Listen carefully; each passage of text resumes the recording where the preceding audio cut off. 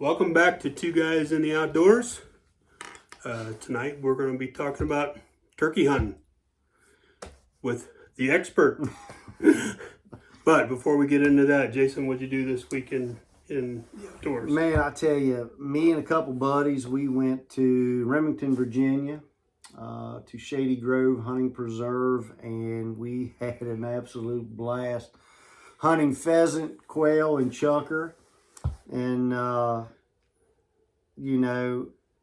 the number one reason we hunt is, the experience. The fellowship. The fellowship, yeah. And man, we laughed so hard and just had a great time. Well, let's put a plug for those two people that are watching. Shady Grove Kennels up in Remington, Virginia. Yeah, I've been there. It's actually a very good place. Very nice people. Yeah, Aaron Grimsley, great guy. He was our dog handler and guide. So man, we had an absolute blast. Great. So anything else? That's about it. Oh no, I'm lying I was to you. going to say you did more than that. Yeah, me and my son went rabbit hunting. / deer scouting / turkey scouting / whatever we could find when things wasn't happening. But we did some public land, national forest rabbit hunting.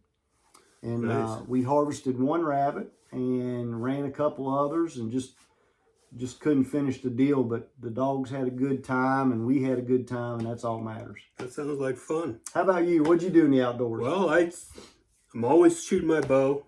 I'm trying to get that honed in. Actually purchased another bow, like I said the last time we talked. Then I actually did some squirrel hunting. So I went out by myself and I took my bow. All right. So the long bow, I took it out and squirrel hunting. But then just like you, I did some scouting, looking for sheds. So sheds, antlers, dropped antlers. Okay, because I did shoot a stump. Okay. And then I found a turkey feather.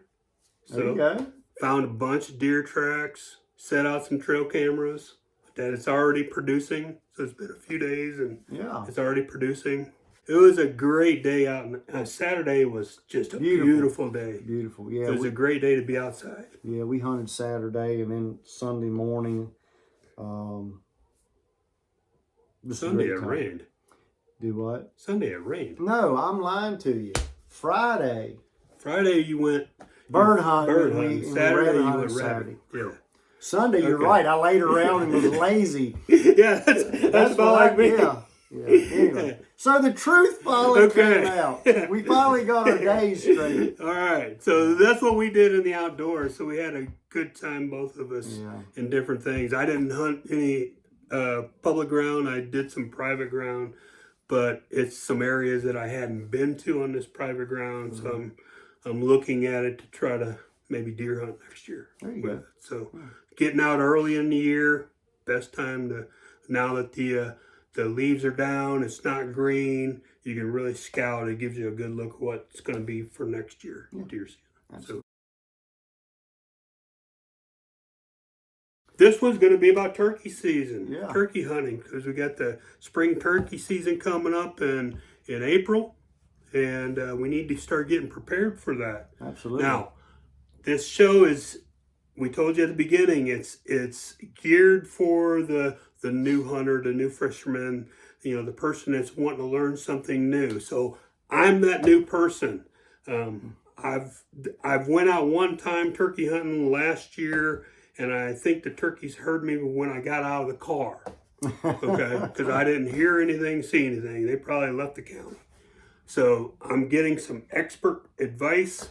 And you'll get to see some of the stuff that Jason's done, because I'll throw some pictures on here. And I'm going to turn this over to Jason. I'll be asking questions. All right. Well, we're going to be talking about spring gobbler, because spring gobbler's coming up, and it's a totally different way of hunting turkey. It's the most popular way of hunting turkey, and we're primarily focused on the male That's, birds, which is the gobbler. I was gonna ask you. I've been just calling it spring turkey hunting. You keep saying spring gobbler. Yep. So Yep. is that all we're allowed to hunt? They have got to have a visible beard. Okay. All right. Now, there are some hen turkeys that will grow beards, and they are legal to harvest. You know, a lot of, hardcore turkey hunters, they'll pass a hen if it's got a beard, just because they're nesting and producing those eggs, and it's that breeding season. And but by law, it is a bearded turkey. Okay. But yes, we are primarily after the male bird, the gobbler. Okay. So that's it. that's what we're going to be talking about. Okay. A little bit tonight. So what do you have to do to get started? Number one, you got to understand. I tell people all the time, you've got to understand the animal, the bird, the fish, whatever you're after. You got to kind of understand that animal.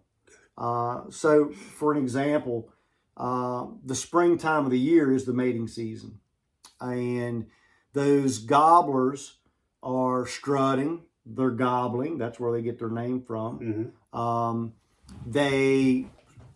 Their heads are brilliant red, white, and blue, and in most of the bird species, the male birds are the brighter colors, the prettier birds, and that's part of their mating rituals.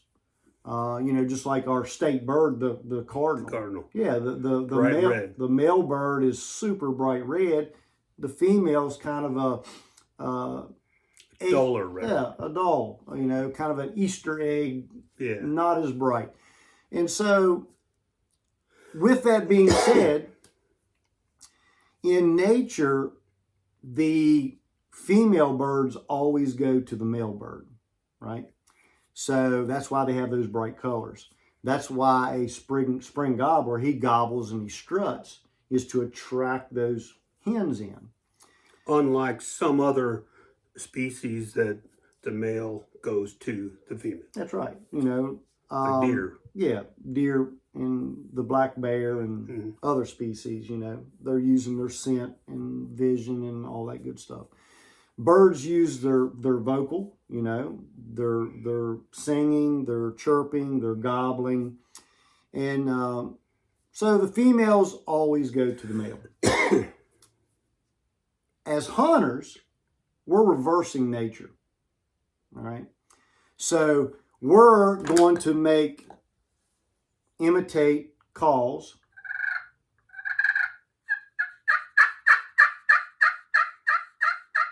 to try to entice that male bird to come to us, the hunter. So, number one, somebody just getting started, they need to understand that. They need to understand what's taking place.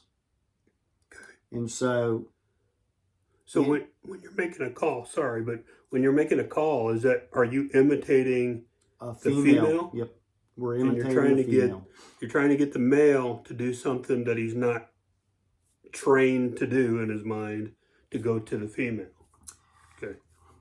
Kind of, sort of. And we're going to talk about hunting strategies later on. Okay. We won't get into that this episode. But yes, there's hunting strategies that we're going to do to try to close the distance, get as close to that male bird that we can, so we can set up and try to get that male bird to close the distance into firearm range. Okay. So yeah, understanding that in nature, the females always go to the gobbler. But as hunters, we're reversing that. So we're trying to get as close to that male bird, set up, make some calls, and hopefully he'll sneak around and come into us and we get a shot at him. So you just mentioned that. How close do you have to set up to that bird? Well, it varies. Early in the spring, there's no leaves on. And as we all know, or if you don't know, birds have tremendous eyesight. So getting close is a lot harder. You're going to use the lay of the land to try to help you. You want to try to get as close as possible without being seen. Early spring, you know, it might be, depending on the setup, depending on what part of the state you're in, you know, a couple 100 yards may be as close as you can possibly get. So, okay, so it's not like you have to get within 10 yards, 20 yards of that turkey before you even get started. That's right. You just got to get it within 100 yards, and then you call them in? Yep. Then we're going to set up, and we'll talk about setups and proper setups and not so safe setups. We're going to talk about, because we want to keep all of our new hunters safe. Yeah, I think I know where you're going with that one. Yeah, yes. And then it's all about location and making the right calls and sitting very, very still and being patient. Okay. So if you can't sit still and you can't be patient, maybe turkey hunting's not quite right for you. Well, here's turkey hunting, as you can see around this room. Turkey hunting is probably one of my most favorite, if not the most favorite type of hunting that I do. And the reason is it's the spring of the year. You know, flowers are starting to bloom. That winter is fading away, and the greenery is starting to pop out, and the birds are starting to sing, and just the world's coming back to life. And so the temperature's mild, typically, and it's a very interactive type of hunting. Okay. You know, deer hunting, a lot of times it is ambush. You know, we've picked a spot and we sit in that area for hours, waiting on a deer to come by. Turkey hunting is totally opposite. We're listening for those gobbles, and I think I've got a gobble tube here, so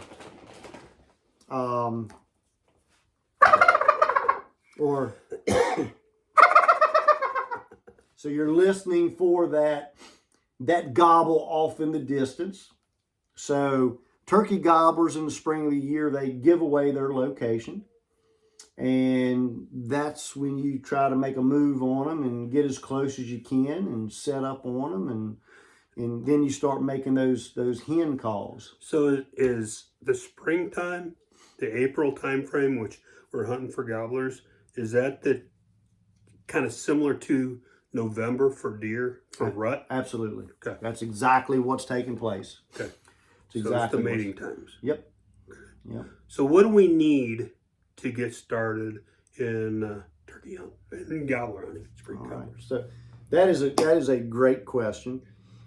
And so we're going to keep it simple, and then we can go from there. Just like any other hunting, you can go bare minimum to you're spending thousands of dollars. Yeah, absolutely. So you're going to need some camo. You know, this is a leafy suit that I have worn for many years. I can slide that on. It's very inexpensive. It's lightweight. I don't even think it's a name brand. I think I bought it in a clearance part of one of the box stores or whatever. Do you have to worry about certain camo type or anything? As long as it's multicolor. Yep. You got to remember, those birds have tremendous eyesight, and you've really got to sit still. But camo is a must.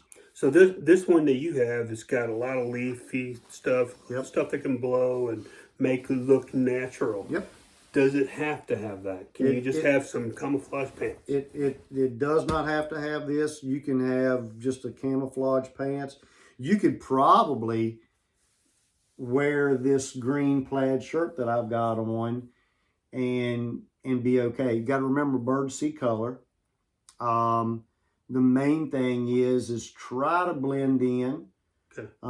You don't have to have, and I'm gonna tell you why I have this suit. It was very cheap, and it's very thin. It's no pockets at all in this thing. I can slip it over top of blue jeans. So you don't have to have a. So you'd have that in your truck or your car, and when you get to the place, you just pull them on. And, pull it on. go. The same way with the jacket. Again, there's no pockets. It's got a zip front. It's very lightweight. The spring of the year, we're starting to get those warm days. And when you're hiking those trails and out in the woods in the spring of the year, especially that later part of April, you can start getting some really warm days. So, a light, thin camouflage of some sort is a must. So with me, like I just got camouflage pants, a camouflage long sleeves t-shirt, camouflage gloves. Be good to go. And then I got a face mask. Be perfect. Perfect. The main thing is set steel. So I don't have to go out and get me a ghillie suit. No. Okay. No. Ghillie suits are very, very heavy, and they're tough to cover ground in. And you're going to learn. We'll talk later on in another episode strategies. But I'm a what's called a run and gun type of guy. I'm covering a lot of ground. Okay. Turkey hunting. So as long as you got camouflage from head to toe, you're good to go. Yeah. Okay. Yeah. People are using ground blinds. That's another expense. Like you said earlier, if you can't set steel and you're not patient, turkey hunting may not be for you. Well, you can always purchase a ground blind, and that's going to allow you to move and fidget and get away with some of that type of stuff. But turkeys just have a keen eyesight, and that's what gets you in trouble. So now I'm gonna throw a piece of safety in here. We're all greened up, okay? But when you're going in, at least wear an orange hat, okay? Because there are other hunters, and you don't quite know what they're going to do. So at least have an orange hat on, an orange vest or something. I keep this in my turkey vest. I can throw that on, and it also, when I'm lucky and I harvest a turkey and I'm carrying it out of the woods, I wrap this around that turkey and throw him over my shoulder and out of the woods. So now they're not shooting at the turkey. That's right. But wear some orange going in and going out. I think you've mentioned this once before. Maybe tie it up high. Yep. To where other hunters can see you're sitting there. Stand up tall and put it up there to where they can see it. Yep. But, be sure just because you don't have to wear it while you're hunting, at least wear it in, wear it out. Absolutely. That's a great point. Great point. We can never be too safe. Nope. So, just some natural colors in the woods, you'll be fine. Okay. You don't have to spend a ton of money on matching camo and all that good stuff. And the other good thing is you don't have, I know a little bit about this, but you don't have to worry about scent. Exactly. Okay. Just their eyesight. Yeah, so you don't have to worry that you keep your clothing in scent-free. You don't have to take showers in scent-free soap, and you don't have to worry about any of that stuff. Just make sure you get all camouflaged up and get out there. Yep, and sit still. And sit still. Yep. Yep. We've harvested, me and my entire family, my wife, myself, and my son and daughter, all sitting within a 5-yard radius of each other and have harvested turkey. So that's a lot of people and a lot of opportunity for a mess up. But if you sit still and do what you're supposed to, things will work out. Where you have to have a plan. So we need to fire. We need a firearm. You need a firearm, and so well, let's. we say firearm. You could actually go out with archery. Yeah. So you need some sort of instrument to make the harvest. Yep. But we're going to primarily talk about firearms. Yeah. Spring gobbler. It is, just like archery, especially traditional archery. It's a skill of getting close. You've got to get within that 20-yard mark. Spring turkey is kind of that same thing. Is you want to try to get that turkey to within shotgun range. Although here in Virginia, you can legally harvest spring turkeys with a centerfire rifle. Oh, I didn't know that. Yeah. So you don't have to go out and buy special equipment. You can take an old, just like this. This is an old single shot 20 gauge. Some number 4s or 5s, maybe even 6s, and you get that turkey within range, and you can harvest that turkey with this firearm, no problem. Back many years ago, we didn't have the high performance ammunition that we have today, and so don't get all caught up in magazine articles and other information out there. You don't need that necessarily. And you can take that with a lot of other outdoor stuff, because you can read the articles, you can watch other YouTubes, you can watch TV shows, and sometimes that might push you away because, I don't have the skill for that, or I can't afford that. If you're watching this, typically you'll probably be able to at least afford the bare minimums. They probably already got the bare minimum. Yeah, a basic shotgun would be good. Or does it have to be a certain gauge? You said that's a 20 gauge. It does not. We're using everything from 410s all the way up to 10 gauges. Okay. And people are using 22 rifles all the way up to high-powered rifles. 22 rifle for a Gobbler. Okay. Yep. So a lot of times if you're in the hunting, you may have already figured out, or you may have a lot of this stuff. I'm going to probably use an old Remington 870 pump, because that's what I've got. Yep. So okay. So, yep, camo, a firearm. Now show them your other firearm. And we can get... This is the other end of that spectrum. So that's the basic he just showed you. This is when you're really into turkey hunting. Yeah, this is a fully camouflaged. It's got optics. It has Special turkey choke. Yes, a special turkey choke tube, and like I was, Bob and I were talking before we went live here or went on air. Hunting moving target birds, dove hunting, or shooting clays or skeet. You're pointing a shotgun. Yeah, it's just you're shooting. Yeah, you point that shotgun. Well, when you get into turkey hunting with today's choke tubes and the the high-end ammunition, you're no longer pointing that shotgun. You're aiming it like a rifle, because the shot patterns become very, very dense, and your effective range gets a little bit further.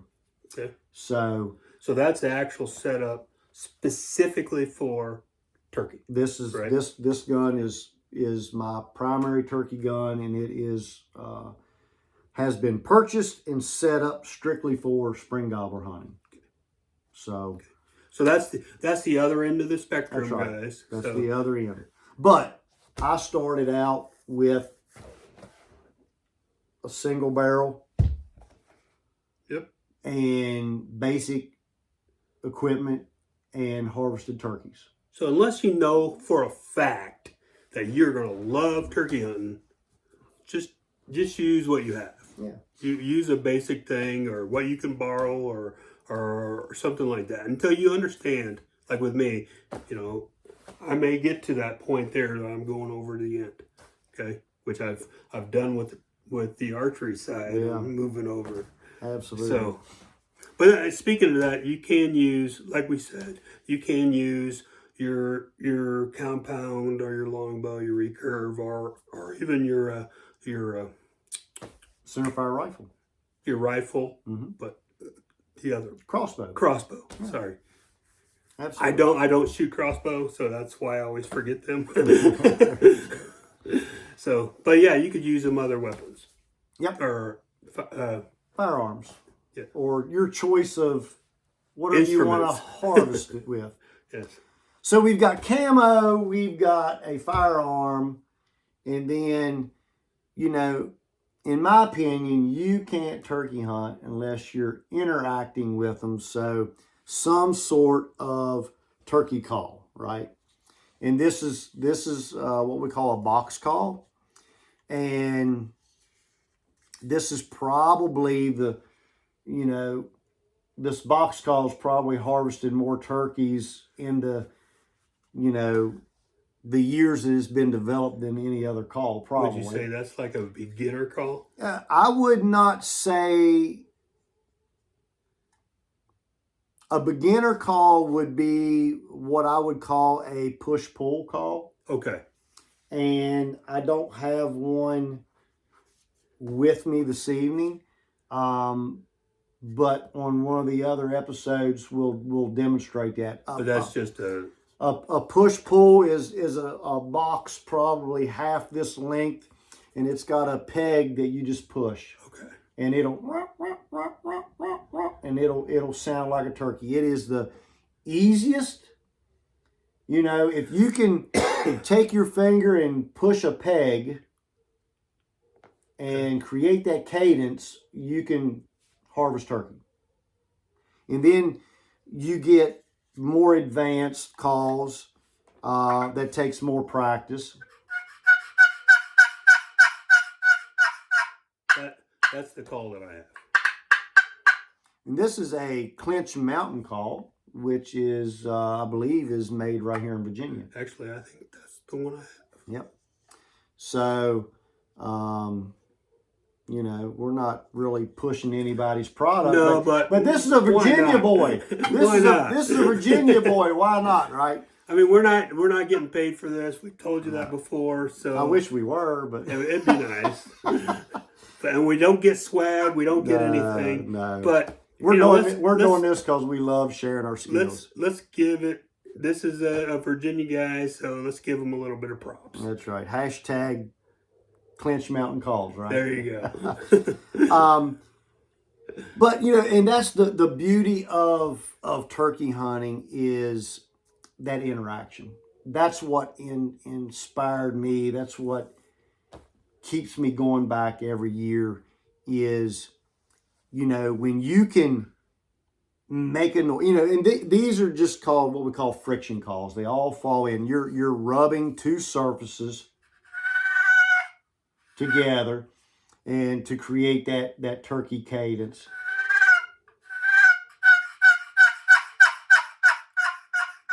Now I was told that all the different sounds that you make with the calls, the different, the gobble and all that stuff, that's just basically turkey language. Yep. And each thing has a different meaning. Absolutely. And we'll do an episode just on calling. Okay. Because it's so much that you can't put into one episode. But yeah, some sort of call. Okay, look at this one. Absolutely. Some sort of call that you can use effectively to imitate those hen calls. So this is the one that he said earlier. So this has got a piece of glass on it. That is a glass call, yep. And It's got a peg and a glass surface. I did it. You made a sound. Yeah, absolutely. You made a sound. And this is, I call them pot calls. They're a lot of, but they're just a round pot friction call, and you can get all kinds of surfaces.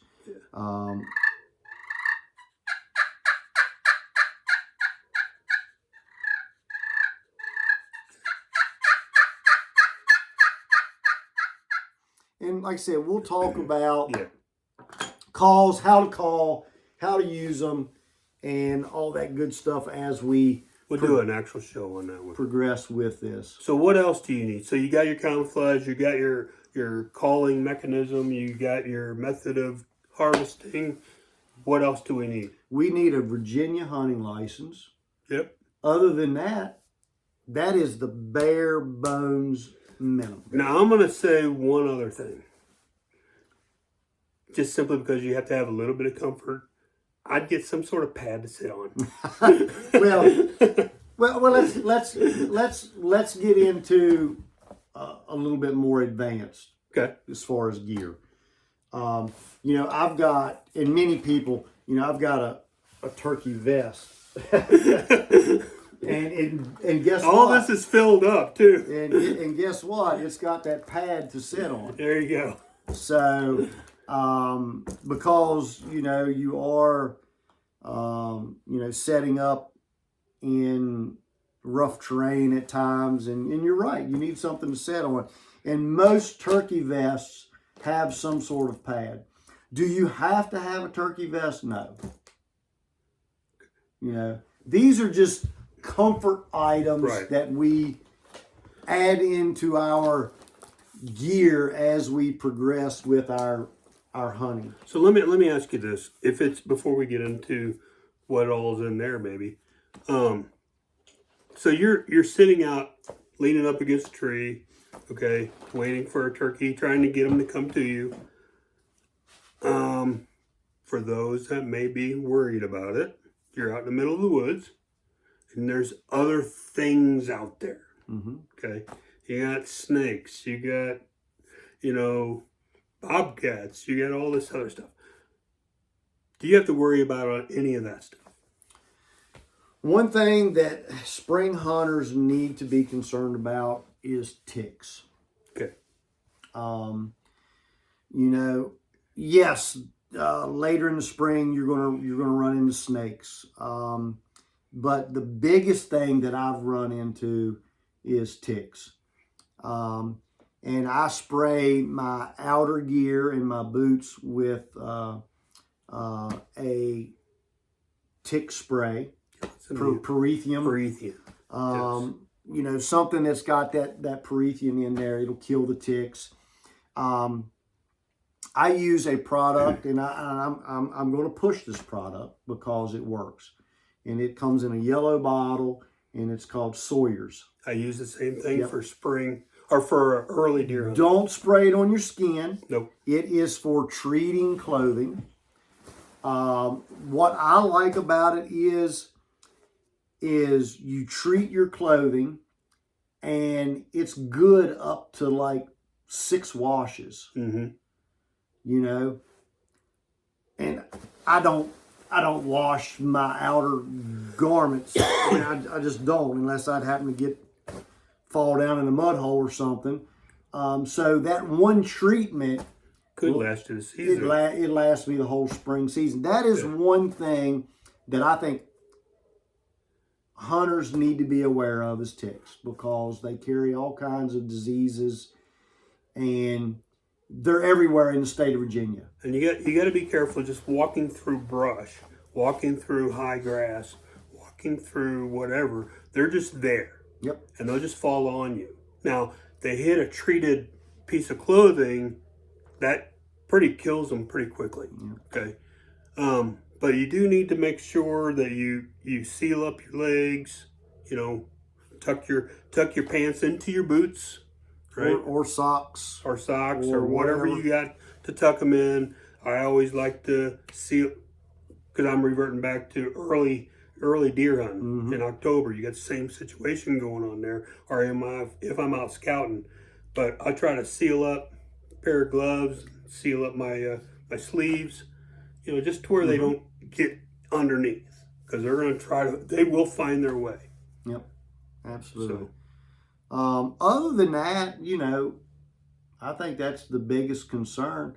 okay. Stay hydrated. We do get those hot days, so stay hydrated. You can go out with the bare minimum, or you can carry too much stuff like I do. And I've downsized, and I continue to downsize every year, but I still, that makes me comfortable. I have to ask you, do you have a coffee pot? I do not have a coffee pot in there. I am not like you. He's saying that because when I go deer hunting, I have a little jet boil and I have my coffee, and when I take a break, I have some coffee. Yeah. So, but anyway, so we talked about bare minimum, and you were getting into your My pack best. there. So, is there anything you want to show in that pack before we close this one out? Well, I'm not going to pull everything out of here, but I like a vest because I can keep all of my gear in there, and I know where it's at. You can grab and go. I can grab my vest and go. I've got an ammo pocket. I've got, gloves. I've got face mask in here to help conceal me. I've got my orange in the back for when I'm moving from spot to spot, or when I'm carrying that turkey out. I know you're a big one. Where do you keep your snacks? I do keep my snacks in the back. I keep my drinks, and I keep trail mix, which that one looks like it's empty. But yes, I definitely keep snacks and water with me, and I keep that in the back of that. But I guess my biggest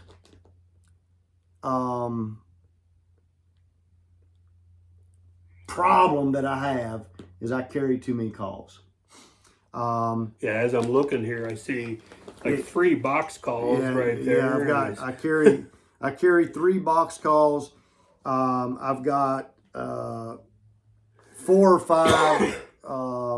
Is there a reason why you carry so many calls? Yeah. Every call makes a different sound. Okay. And sometimes those turkeys will respond to a certain sound that they want another. Now, don't think you have to have that many. You can walk out with just a box call or the push-pull call that he's going to show you later. So that's right. It's just as you advance in turkey hunting, you learn different skills and different techniques. Yep. And all of these things, at least in my mind, helps me be successful. But I'm going to be honest with you. I pull out 90% of the time. I pull out the same 2 calls, same 3 calls, and I've got them right here. I've got this Woodsman.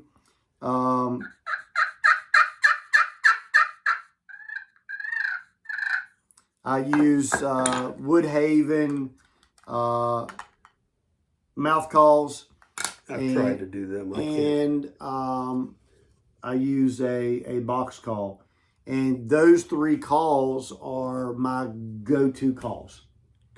So I could really eliminate 90% of this stuff and just carry those, because that's what I'm using 90% of the time. So basically, if you just had your camouflage, you have your instrument for harvesting, and you have a small backpack, you can go.